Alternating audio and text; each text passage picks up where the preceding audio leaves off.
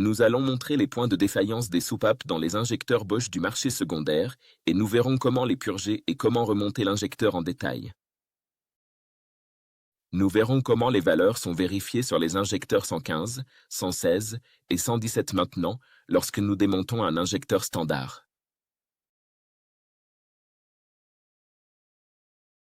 L'une des choses auxquelles nous devons faire attention lors du démontage de ces injecteurs, c'est qu'ils possèdent un système de fermeture spécial. L'écrou sur l'écrou fileté, nous l'avons retiré, nous avons enlevé le corps. Oui, ici cet injecteur semble démonté, mais juste à cet endroit se trouve un joint d'étanchéité brun. Celui-ci ne doit absolument pas être retiré. Lors de l'installation de l'écrou de la buse d'injecteur, cela empêche les fuites de l'injecteur. Beaucoup de gens essaient d'assurer l'étanchéité ici en enroulant du ruban téflon. Cependant, il est fortement recommandé de ne pas retirer le joint liquide à cet endroit. Disons qu'il a été retiré, il existe des joints liquides spéciaux. Ici, leur serrage aide lors de l'assemblage de l'injecteur. Maintenant ici, avant de passer au mécanisme interne du marché, nous allons parler de la soupape. Les plaques d'écartement dans les soupapes sont tout aussi importantes que la soupape elle-même. Ces plaques d'écartement sont responsables de la fermeture du point précis. Ce piston, la soupape piézoélectrique est une soupape bidirectionnelle. Elle scelle à la fois la face du piston que nous avons retiré et également la petite surface de l'ordre du millimètre à l'avant du piston lorsqu'elle s'ouvre, bloquant ainsi le port de retour ici. Lorsqu'elle s'ouvre dans la direction opposée, l'arrière du côté, la surface arrière une surface d'1 millimètre, une surface fine et inclinée glisse dans la soupape. Quand on tourne le piston de l'autre côté, on retire le ressort. Nous retirons la partie du ressort. Oui, comme vous pouvez le voir ici, tout comme l'arrière du piston appuie contre la surface arrière de cette plaque, qui est le point de fermeture. Donc, lorsque la soupape se ferme pendant le fonctionnement, elle bloque également l'orifice arrière. Elle assure l'étanchéité dans les deux sens, de ce côté aussi. Lorsqu'on appuie dans la direction opposée, elle scelle le logement de la soupape. En général, les gens ne prêtent pas attention à ces plaques d'espacement. Les plaques d'espacement se trouvent juste au point de fermeture, sur la surface où la soupape appuie. Dans les injecteurs qui fonctionnent fréquemment, des indentations apparaissent au point de fermeture en raison de la déformation qui en résulte et de l'augmentation de la course de déclenchement, des variations du débit de carburant peuvent survenir. Pour corriger cela, il faut soit remplacer la pièce d'espacement, soit les roder sur une plaque diamantée, ce que nous allons vous montrer dans un instant. Le rodage doit être effectué sans perturber le parallélisme de la plaque. Maintenant, nous allons d'abord parler des points d'usure sur la soupape. En général, sur les soupapes, c'est le siège intérieur où la soupape appuie et la surface où la tige entre en contact, la zone du siège qui s'use. Nous avons maintenant deux types de modèles de soupapes. Celles que nous appelons les soupapes de la série 115 et celles que nous appelons les soupapes des séries 116 et 117. Quelle est la différence entre ces soupapes? Nous allons en parler. Dans la série 115, l'écart entre la surface et la face de la tige est compris entre 38 et 40 microns. C'est la course de déclenchement, la distance, la course d'ouverture et de fermeture. Cela influence également le débit de carburant. Dans les séries 116 et 117, cet écart est d'environ 27 ou 28 microns. Elle s'ouvre pendant un temps plus court et comme elle s'ouvre pendant un temps plus court, la quantité de carburant qui retourne est moindre. Elle injecte donc plus de carburant. C'est pourquoi les longueurs de course de déclenchement dans les séries 116 et 117 sont différentes. Maintenant, en regardant les surfaces d'usure sur les tiges, nous allons aussi en parler. Ici, nous avons une soupape piézo usée sous microscope. Nous allons maintenant observer ces détails à l'écran via le microscope. Ici, nous regardons un ancien élément piézo. Nous voyons l'ancienne soupape, l'usure sur le siège de soupape, comment tout cela est assemblé. Tout d'abord, nous allons nous concentrer sur la broche. Nous faisons un zoom sur la tige en nous concentrant sur les zones endommagées. Nous allons jeter un œil. Maintenant, nous faisons un zoom encore plus important. Oui, juste ici sur le bord, là où nous regardons. Si vous faites attention, il y a du métal. Dans ces zones, il y a une accumulation de métal. Donc, toute cette zone est la surface sur laquelle la soupape appuie. À l'activer. Mais à ces endroits, il y a des dépôts de métal causés par l'usure. Cela empêche également la soupape de se fermer complètement, ce qui entraîne une quantité de carburant insuffisante. Ici, nous voyons maintenant l'extrémité de la tige. Nous l'avons retirée de la même manière. Nous avons atteint la zone de la douille. Nous nous concentrons sur la douille. Oui, on peut maintenant voir l'usure à l'intérieur de la douille. Nous avons effectué un gros plan. Nous savons qu'il y a des adhérences sur les surfaces et maintenant nous ouvrons le nouveau. Nous ouvrons notre soupape piezo. Cette face des séries 116 et 117 est utilisée pour les deux injecteurs puisqu'ils ont les mêmes déclencheurs.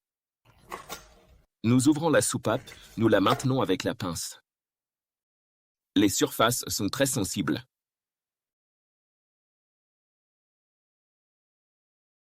Elle a une surface très sensible. Maintenant, sous le microscope, nous allons examiner les détails fins de la tige et du meulage du siège. En ce moment, la surface de la nouvelle soupape, la soupape piezo, nous observons la qualité de surface des tiges. D'abord, nous allons nous concentrer sur la tige. Nous allons nous concentrer sur le point de fermeture de la tige. Le point de fermeture exact de la tige se trouve juste sur ce contour de bord, le bord tranchant. Ici, entre le siège de la soupape et le point où la tige appuie, il y a un certain angle. Elle exerce une pression ponctuelle. La soupape exerce une pression ponctuelle ici, et lors de l'ouverture et de la fermeture de la soupape pour laisser passer le carburant, cela provoque un fonctionnement dynamique. La qualité de surface de cette zone est rectifiée avec une très grande précision. De même, lorsque nous passons à la zone du siège, concentrons-nous sur le siège. Lorsque nous nous concentrons sur le siège, la précision du meulage dans le siège est également réalisée avec une très grande exactitude. Donc ici, le point de pression de la soupape se situe juste à ce bord, pas exactement au bord du trou, mais il appuie légèrement depuis les contours extérieurs. Et au point de fermeture, comme je l'ai mentionné, les angles de meulage sont spécifiques à chaque point, donc ils s'ajustent parfaitement entre eux. Oui, c'est ainsi que la qualité de surface est également obtenue. Les visuels, ce que nous voyons ici en ce moment, sont affichés avec un grossissement de 100x. La plaque que nous voyons à l'écran en ce moment est la plaque d'espacement sur laquelle repose la soupape piézoélectrique. Maintenant, sur la plaque d'espacement, la tige de la soupape, c'est-à-dire la tige piézo de cette soupape, présente une surface plate d'environ 1 mm à son extrémité arrière. Lorsqu'elle se ferme dans la direction opposée, en d'autres termes, lorsque la soupape s'ouvre, elle ouvre ce trou d'entrée de carburant ici. Elle le referme. Avec le temps, concentrons-nous ici, oui, les zones où la tige appuie sur toute cette section sont déjà visibles ici. La tige a appuyé sur cette partie, n'est-ce pas? Maintenant, il s'agit d'un injecteur qui n'a pas beaucoup été utilisé. Normalement, dans les soupapes qui ont fonctionné longtemps, une cavité se forme ici. La tige continue de frapper encore et encore, usant la surface.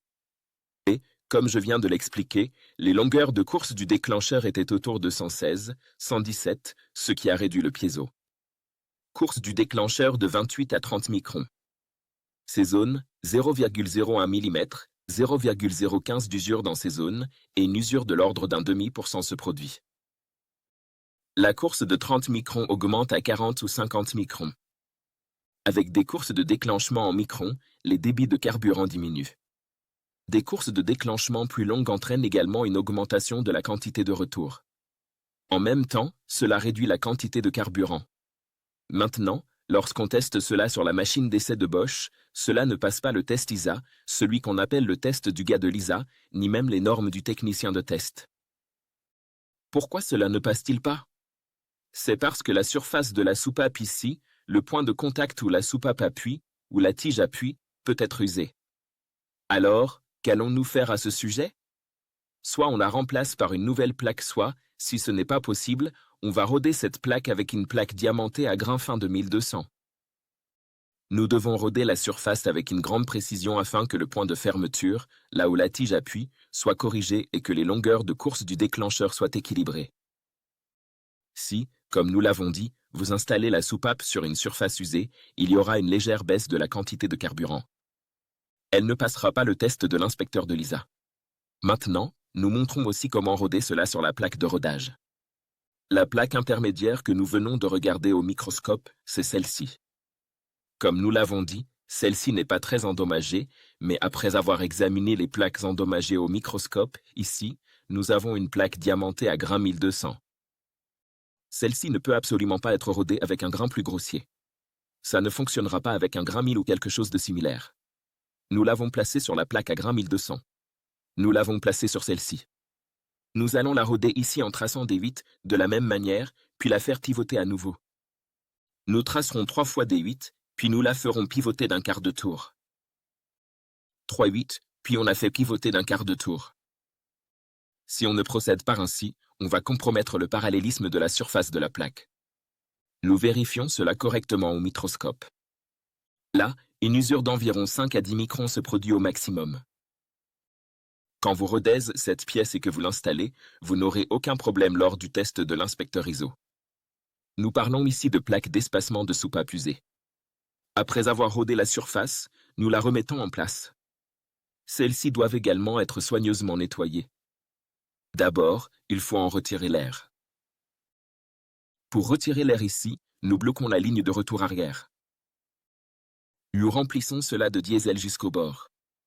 En fait, cela doit également être positionné correctement. Il doit rester en position verticale, rempli de diesel. En même temps, comme de l'air reste piégé à l'intérieur du mécanisme piezo, nous retirons aussi ce mécanisme. Nous le retirons par ici. Ensuite, dans un environnement rempli de diesel et hermétique, nous réinstallons cette tige sans laisser entrer d'air. Lorsque nous le comprimons, une certaine pression va se créer. Pendant la compression, lorsqu'il y a du diesel dans la chambre à diesel et qu'il est sous pression, il existe des outils de tension pour cela, ou bien on utilise une pince réglable comme celle-ci pour comprimer la tige, le mécanisme. Quand on le comprime, et qu'il reste ainsi pendant environ 1 minute, le mécanisme libère automatiquement l'air à l'intérieur et revient à son état normal. Donc, une fois qu'il est revenu à son état normal et que l'air a été évacué, nous installons le mécanisme sans inverser le système. Ensuite, nous plaçons immédiatement la valve piezo. Elle doit être en position verticale. On ne peut pas la coucher sur le côté. Nous installons la plaque d'espacement. Après cela, nous amenons d'abord soigneusement la buse jusqu'à la zone prévue et procédons à son installation en toute sécurité. Oui, nous nous assurons de fixer fermement l'écrou de la buse pour garantir un ajustement étanche. Ensuite, nous passons à l'étape suivante, en veillant à ce que tout soit correctement aligné et fonctionne comme prévu. Normalement, une fois en place, on le serre avec un couple standard et le processus est terminé.